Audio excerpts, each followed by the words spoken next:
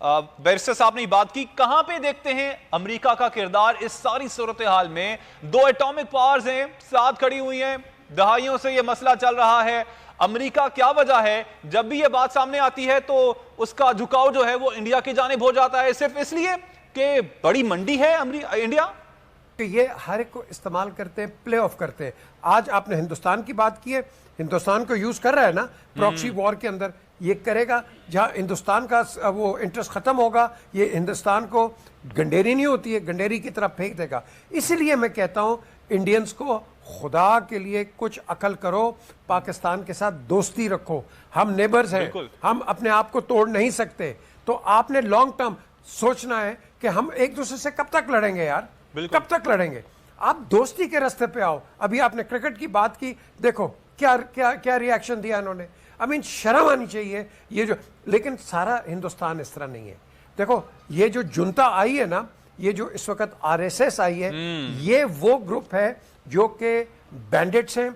इनका आपने देख लिया था 2006 के अंदर जब ये चीफ मिनिस्टर गुजरात था, आपने इसका एक्शन वहां देख लिया और ग्लोबल लेवल पे अभी आया। ये वही आदमी है ना जो कि पर्सोना नॉन ग्राटा था अमेरिका का, आज अमेरिका उसको रिसेप्शन दे। तो मैं समझता हूं सबसे पहले जो बड़ी इंपॉर्टेंट बात है, मुस्लिम कम्युनिटी को, मुस्लिम उम्मा को यहाँ यूनिटी दिखानी है अगेंस्ट इंडिया के मुसलमानों के साथ। ये आपने बहुत वैलिड पॉइंट रेज किया, ये मैं चाहूंगा कि मतीन साहब के सामने रखूं। मतीन साहब, क्या समझते हैं इस वक्त जो बेसिक रोल रहा है अक़वाम मुत्तहिदा और अमेरिका का, वो आपकी नजर में कैसा रहा है? और जो मुस्लिम ममालिक हैं वो किस तरह का रोल प्ले कर सकते हैं? इस हवाले से मतीन साहब आपके सामने जरूर आऊंगा।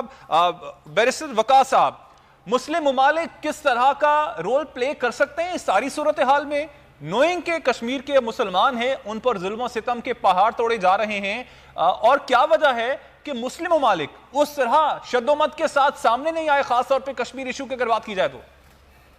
देखिए, मुस्लिम ममालिक बड़ा जबरदस्त किरदार अदा कर सकते हैं। वहां पे कश्मीर में हमारी माओ की गोदों को उजाड़ा जा रहा था, बाप के कंधों को उखाड़ा जा रहा था, नन्ही मुन्नी कलियों को टहनियों में जड़ों से उखाड़ा जा रहा था। मुस्लिम ममालिक का बड़ा जबरदस्त किरदार था कि मोदी को वहां पे बुलाकर ट्रॉफीज दी जा रही थी।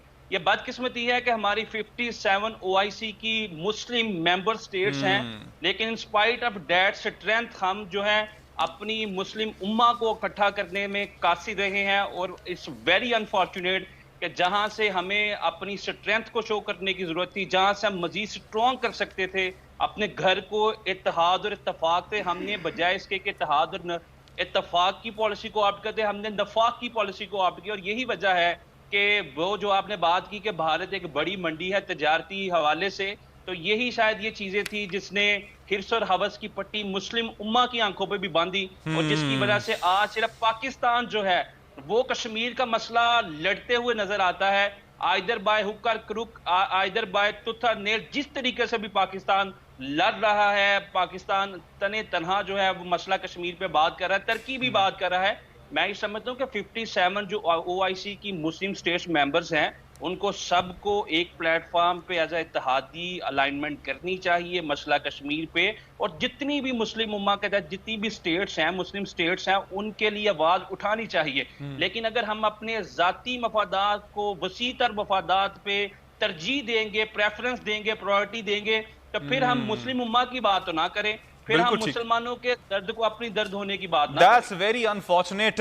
मतीन साहब ने फिर हमें ज्वाइन किया है। अब्दुल मतीन साहब, पाकिस्तान जो है अपने कश्मीरी भाइयों के साथ सीना तान के खड़ा है, तन्हे तन्हाई खड़ा हुआ है, लेकिन सीना तान के खड़ा हुआ है। लेकिन मुस्लिम उम्मा की हम बात जब करते हैं, वो हमें कुछ रोल प्ले करते हुए दिखाई नहीं देती है। आपकी नजर में इसकी क्या वजह है, और क्या कहना चाहेंगे जो दीगर बड़े ममालिक हैं, जो मुस्लिम ममालिक हैं, वो क्या रोल प्ले कर सकते हैं इस सारी सूरत हाल में?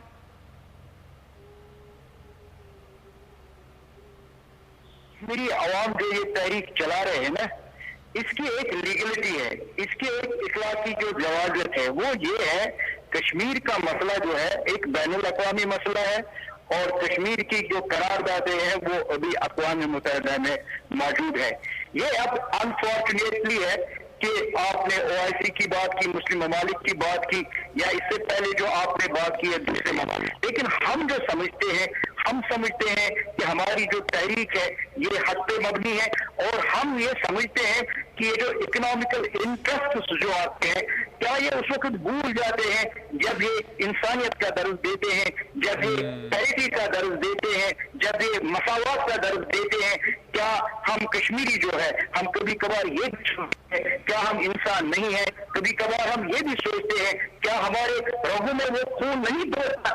واقعی انسانیت میں دوڑتا ہے، لیکن میں آپ سے گزارش کرنا چاہوں گا وہ یہ ہے کشمیریوں نے فیصلہ کر رکھا ہے، کوئی ہماری مان نہ کرے، کوئی آگے آئے یا نہ آئے۔ اقوام متحدہ ہیومن رائٹس کمیشن کی 2 رپورٹیں سامنے ہیں، آپ ستم ذریعے سے دیکھ لیں، انہوں نے وہاں پہ کہا ہے کہ ہائیسٹ لیول پہ مقبوضہ کشمیر میں انسانی حقوق کی پامالیاں ہو رہی ہے۔ تو ان کو کیا کرنا چاہیے تھا؟ ان کو اور ہندوستان کو روکنا چاہیے تھا، جس طرح یہ باقی ممالک میں صرف وہ دیکھتے ہیں ایک موقع ان کو ملے، ایک بہانہ موقع ملے تو یہ فوج کو دوڑاتے ہیں اور وہاں پہ مداخلت کرتے ہیں۔ تو کشمیر میں ایسا نہیں ہے۔ اگر اقوام متحدہ کا یہی رول رہا، اگر ہمارے OIC کا یہی رول رہا، تو میں آپ کو یقین کے ساتھ کہتا ہوں اللہ کے وہاں پہ دیر ہے اندھیر نہیں ہے۔ بالکل، حق و باطل کا جب جنگ ہوتا ہے تو ہمیشہ حق جیتتا ہے۔ تو بالکل، اقوام اور متحدہ کا بھی ہاتھ سب سے انفارچونیٹ بات یہ ہے کہ مظلوم کے ساتھ کھڑے ہونے کے بجائے، اپنے ہی بھائیوں کے ساتھ کھڑے ہونے کے بجائے ظالم کے ساتھ کھڑے ہو جاتے ہیں، صرف کچھ پیسوں کی جو مفادات ہے ان کی وجہ سے۔ میر صاحب آپ کی جانب آنا چاہوں گا، کیا مؤثر خارجہ پالیسی ہی مسئلہ کشمیر کا حل ہے، یا پھر آپ سمجھتے ہیں کہ پاکستان کو جارحانہ حکمت عملی اپنانے کی ضرورت ہے؟